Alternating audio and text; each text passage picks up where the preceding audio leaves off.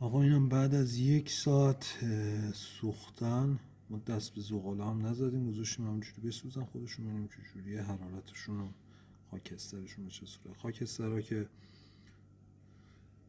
این زغال کینگ اسکوله، سفید سفید همینجور که ملاحظه میکنید.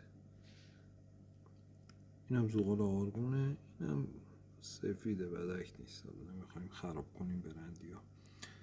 اینم از لحاظ سرخی و آتیش زغال ما.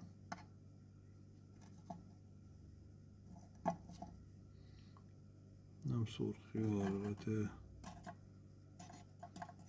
زغال آرگون. این حرارتش زغال ما فکر میکنم بیشتر باشه، چون تو فیلم هم معلومه. خاکسترش هم خاکستر بار ما خدا وکیلی سفید تره نسبت به آرگون.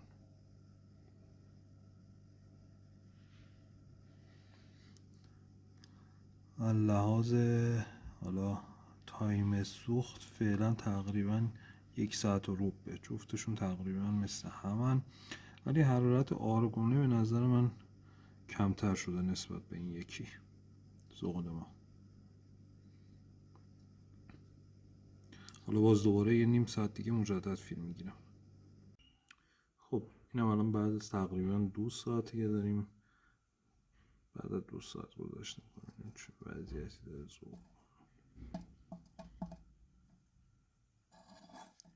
زغال کینگ اسکوله چون شما هست.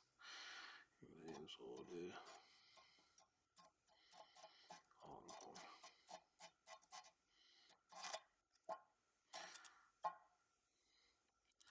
تقریبا زغال آرگونه تموم شده، چه داشتم دیگه تیکش هم خاموش شده. حتی زغال کینگ اسکول